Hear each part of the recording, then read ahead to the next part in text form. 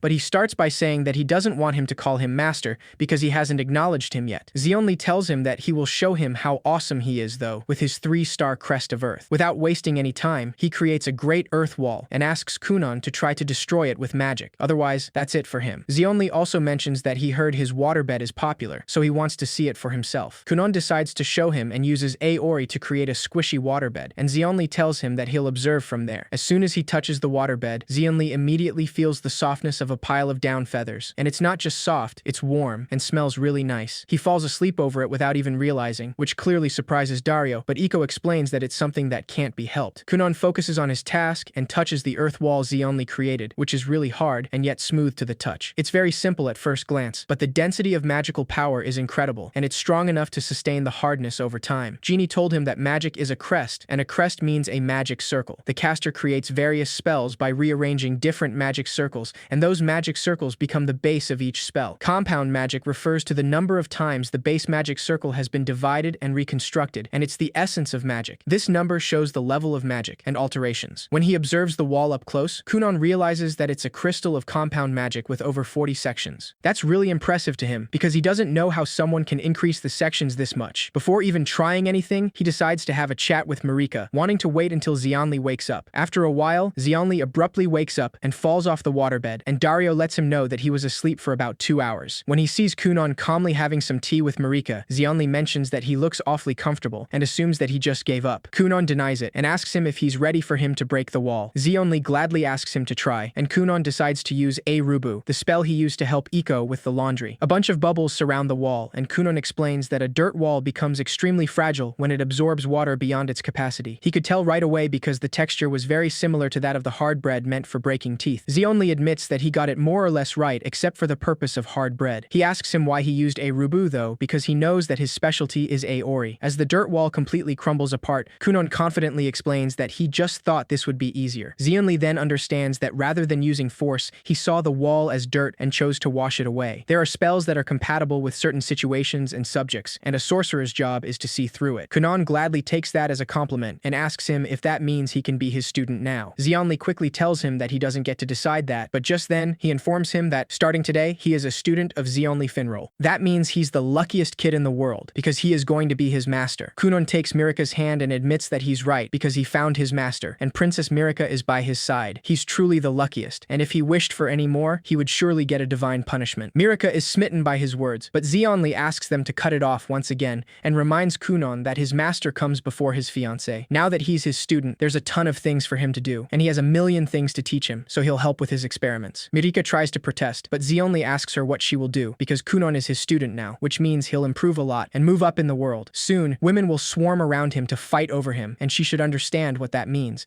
Mirika surely understands, because Kunon has grown so much to become a student of a royal sorcerer, but she's still a princess of low status. If she doesn't do something, there is no future where Kunon and she can be together. Kunon can feel the slight trembling of her hands, so he immediately asks Zeonli not to be mean to Mirika. Zeonli clarifies that he's actually rooting for her, but Kunon calls him out and says that he actually likes being mean to girls, and he's probably the type to realize it too late. He's the type to be mean to a girl he likes and have her stolen from under his nose for sure, because he's the difficult, awkward type who can't be kind to girls. All of his comments clearly strike a nerve on Zeonli, who tries to contain his anger and asks him to stop. That night, however, Mirika is still thinking about Zeonli's words, and she knows that she has to do something about it and that she has to change somehow. The very next day, Zeonli is back at Kunon's house with Mirika and Dario, ready for their first lesson. Zeonli makes it very clear that he won't hold back on him, but Kunon is completely ready, welcoming any difficult training. He even tells him that he'll cry if he holds back on him, and excitedly asks him what they'll start with today. Kunon asks him if they'll start with a 3-dimensional magic circle or an oblique magic circle. His personal request is that they start with the 50 sections compound spell, since he really wants to learn to do that. Unfortunately, none of his guesses are correct, and Zeonli simply asks him to help him with paperwork. He mentions that he was looking for someone who can make clean copies of his memos, so his help is very appreciated. Kunon wasn't expecting a task like that, since it seems like a lot of paperwork, but Zeonli clarifies that there will be more. Kunon asks him if he doesn't love him anymore, and Zeonli easily tells him that he never has. Both Mirika and Dario are clearly worried about Kunon, but Iko still thinks that Zeonli is very merciless and cool, which she likes. Zeonli clarifies that these are state secrets, so they must stay outside until he's done. Kunon apologizes to Mirika, but she reassures him and tells him that she's rooting for him. As soon as they're gone, Zeonli asks him to make him that thing again, and Kunon uses Aori to create a squishy waterbed. In a matter of seconds, Zeonli is already deeply asleep over the thing, and Kunon is left with his paperwork. Meanwhile, Iko asks Mirika if she'd like some tea as they wait for Kunon to finish with his task. However, Mirika has something different in mind and tells her that she has a favor to ask of her. Soon enough, Iko helps Mirika put her hair up in a ponytail so she can practice sword training outside. Mirika explains that she's only just begun and has much to improve, so she wants to practice whenever she has spare time. She quickly asks Iko not to tell Kunon about it though, and Iko easily agrees, accepting to keep the secret. Once everything's ready, Mirika heads outside and starts with her sword training, fighting Dario in a duel with wooden swords. Dario easily blocks her attacks and then apologizes before disarming her, taking her by surprise. Without hesitation, Mirika picks her sword back up and continues trying despite how exhausted she is. After all, she wants to become someone suitable for Kunon, and she's not giving up anytime soon. Kunon continues with the paperwork, creating clean copies of Zeonli's messy memos. Zeonli finally wakes up after a while and asks him if he's done already, but Kunon lets him know that he's only about halfway. Zeonli quickly complains about how slow he is, but Kunon tells him that he's exhausted from trying to decipher his scrawls. His letter looks just like an earthworm writing by the wayside because it carelessly came out of the comfort of damp ground. Zeonli asks him not to compare his wisdom with a hopeless situation and reminds him that this is significant training, so he shouldn't complain at all. Kunon thinks twice about it and decides to check the memos again, while Zeonli explains that information and knowledge are different. What he can gain from reading is just information, and what he analyzes in his head and writes with his own hand, his body remembers. It becomes knowledge that is wildly different from information, and knowledge becomes power. Kunon is thrilled by the information, feeling proud that Zeonli is his master again. By the end of the day, Zeonli already has to leave, but he asks Kunon to make sure to finish everything by next time. Before he leaves, Kunon mentions that there was a memo of a diagram, and he wants to know if it was some kind of spell. Zeonli tells him that it'll be quicker to show him and asks him to go to him next time. Kunon easily agrees, and then takes Mirika's hand, saying that he's happy that he gets to see her often, thanks to Zeonli visiting him here. Mirika smiles and tells him it's the same for her, but Zeonli asks him not to confuse the means with the end. Sometime later, Kunon decides to go back to the Black Tower, and Reisha asks him if he has grown taller. Kunon confirms it, saying that he's 10 years old now, and one of the other sorcerers tells him that his magical power has become a bit stronger too. Victo asks him if he wants to do another magic battle with him, but Reisha quickly protests, saying that Kunon promised that he would do a flying magic experiment with her. Victo tells her that it's his turn already, but Zeonli suddenly shows up to stop them, asking them to get out of his way because Kunon is here to see him. The royal sorcerers complain, saying that he's monopolizing him again, which is not fair. Zeonli ignores them and asks Kunon to follow him, but both Reisha and Victo try to warn Kunon that he shouldn't go with him to that room, because that place is the world of demons. Before they can stop him, Zeonli asks Kunon to do that thing again, and soon enough, all the royal sorcerers are deeply asleep over squishy waterbeds. As they walk into the Black Tower, Zeonli asks him if he knows what magic tools are. Kunon mentions that they're tools that work with a sorcerer's magical power, and Zeonli confirms it. He points at a lamp on the wall as an example, and tells him that it's a magic tool of fire. He explains that magical engineers are sorcerers who make their living by creating magic tools. After walking for a while, they finally reach the room all the sorcerers fear, which is full of papers. However, Kunon is simply amazed, and he excitedly asks him if all of these are his scrawls. Zeonli stubbornly reminds him that they're memos, not scrawls. Kunon wastes no time and decides to check some of the memos, saying that there's a spell he's never tried out before. He also finds a grimoire he wanted so much that he tried to rely on his father's collusion with the king. Without hesitation, he tells Zeonli that he wants to live here now, and Zeonli lets him know that he doesn't need to use collusion or live here because eventually he can have it all. That aside, he shows him the magic tool he's developing right now and mentions that it's what was in the diagram. Zeonli explains that when it's completed, he can eat a piping hot meal in his own room without going to the kitchen. Kunon is thrilled at the idea that he can bake an apple pie in his room, so he really likes this tool already. Zeonli tells him that his earth magic is good for modeling shapes, but the fine details and soft parts are not so easy. Kunon asks him if he thinks his water magic can make the soft parts in that case. Zeonli tells him that he really picks up quickly and explains that eventually he'll help with his work, which will double as experiments. That idea sounds fun for the two of them, but before they can continue the conversation, the Grandmaster decides to pay them a visit. He's really happy to see Kunon, since he's been waiting for him, and wants to discuss the essence of magic over lunch, as they promised. Zeonli doesn't like the idea at all, so he asks Kunon to make that thing again. Once the Grandmaster is deeply asleep on a squishy waterbed, Zeonli continues with their conversation. He explains that his earth magic can take care of reinforcing the outer frame, but water magic might be better for the small internal mechanism. Kunon agrees, and after discussing it for a bit, they decide to go have lunch, and of course the Grandmaster follows, saying that the bed he made is really nice. Victo takes the opportunity to tell Kunon that he must not hesitate to speak up if he wants to change his teacher. Kunon confidently tells him that he's being worked to the bone, but Zeonli is a wonderful master. Zeonli can immediately feel everyone glaring at him, and they're clearly not happy. Kunon also mentions that water and earth are quite compatible, so he couldn't have asked anyone better, and he's grateful to the Grandmaster. Zeonli asks him to cut it off already, but Kunon simply asks him if he's embarrassed because his beloved student admires him. He clearly doesn't notice the hostility in the room, so Zeonli just asks him to stop it for his personal safety. Kunon finally decides to change the subject and asks for Mirika, saying that he'd love to have some tea with her since he's here. Reisha informs him that Mirika is at the entrance ceremony of the senior school for nobles today, and was very disappointed that she couldn't see him. The Grandmaster asks Kunon what he plans to do now that Mirika's higher education has started. Kunon tells him that if it's necessary, he'll take the graduation exam, but the Grandmaster clarifies that he meant the magic school. He explains that it's a school where bright sorcerers from all over the world attend and learn, and all the royal sorcerers here are graduates of that school. Zeonli tells Kunon that he has to be 12 or older to enroll, so he still has time, but he should give it some thought. Kunon does give it some thought, and 2 years later, he continues with Zeonli's magic lessons. In one of their practices, Zeonli casts sharp spears with his earth magic to attack him, but Kunon uses a compound spell of 55 sections to create a water barrier. He creates a big wave that completely swallows all the earth spears, and Zeonli asks him to stop, saying that he finally did it. Everyone then heads inside to have some freshly baked pie, which Iko baked in the magic tool they developed together. Kunon mentions that this magic tool is quite popular, so he's sure quite a bit of money is going into Zeonli's pocket, only his pocket. Zeonli pretends not to hear him, but Kunon directly asks him if he'll get paid for his work after all. Zeonli reminds him that he allowed him to do experiments money can't buy, so he should be content with that. Iko tries to reassure him and tells him that she'll support his livelihood because she knows his talent better than anyone. After their little break, they head to Kunon's office, and Mirika mentions that he has collaborated on 7 magic tools already. Kunon tells her that he has also collaborated on 5 papers on new theories on magic. They also made a manual for magic experiments, and they're currently working on another magic tool. Zeonli tells him that he can do the rest by himself, but Kunon reminds him that they're co-developing the chest that draws in a bunch of bugs. Zeonli clarifies that that sounds unprofessional and asks him to simply call it the insects box. Kunon then asks him how they're completing the bunch of insects box, which still sounds unprofessional. Zeonli reminds him that he's turning 12 this spring, so he should get ready to go to the magic school. Kunon hesitates for a moment and then tells him that he doesn't want to go, and he doesn't think he needs to, because he has him as his master. He wants to learn magic by his side and get work to the bone like these last 2 years. Zeonli tells him that he's finished making the clean copies of his memos and blueprints of magic tools already. He also reminds him that he's an earth sorcerer, so he can't teach him water magic. Kunon still tries to insist, but Zeonli asks him what if there's an extraordinary water sorcerer at the magic school. After all, the world is much bigger than Huglia, and he doesn't know who he can find there. Kunon immediately takes interest in that, and Zeonli mentions that he can find a 3-star, or maybe even a 4-star if he's lucky. That makes him hesitate, but he's still not entirely sure, so Mirika takes his hand and asks him to go, to become an amazing sorcerer. She promises that she'll become a fine woman who is worthy of him and wait for him. That alone is enough to convince Kunon, who decides that he'll go to the magic school. However, when Zeonli tells him where the school is, Kunon immediately changes his mind, saying that it's way too far. Zeonli exasperatedly tells him that he has to go, leaving him no choice. Before they leave, Kunon asks him what he needs to do exactly to prepare for the magic school, wondering if he should take a change of clothes and the pillow he uses every day. Zeonli tells him that he has something much more important, and that thing is his eyes. Kunon is taken by surprise, and as soon as they leave, he immediately runs back into the house. Once he's at his study, he quickly starts writing something down, wondering how he could forget his biggest ambition, his fervent wish, and the most important purpose that he lives for. It's because he has learned to do so many things without seeing, and somewhere in his heart, he felt he could just go on like this, but now he feels like such a fool for thinking that way. Meanwhile, Mirika cries in the carriage on her way home, saying that she can't do this. Z only tells her that she played it cool in front of her boyfriend, so she should stop crying already. Dario kicks him without hesitation before he can say anything else, trying to make him leave her alone. Mirika finally stops crying, but she's still thinking about Kunon, because in the last 2 years, he has built his track record as a sorcerer. If he gains sight through his magic, he'll go down in history as the first person to have achieved such a feat. If he goes far away, she might get left behind, and that's a thought she can't possibly bear. Mirika tells Dario that part of her can't help but wish that Kunon's eyes will never see, so that he'll stay by her side. That's why she feels like a despicable woman, and Zeonli almost tells her that she is,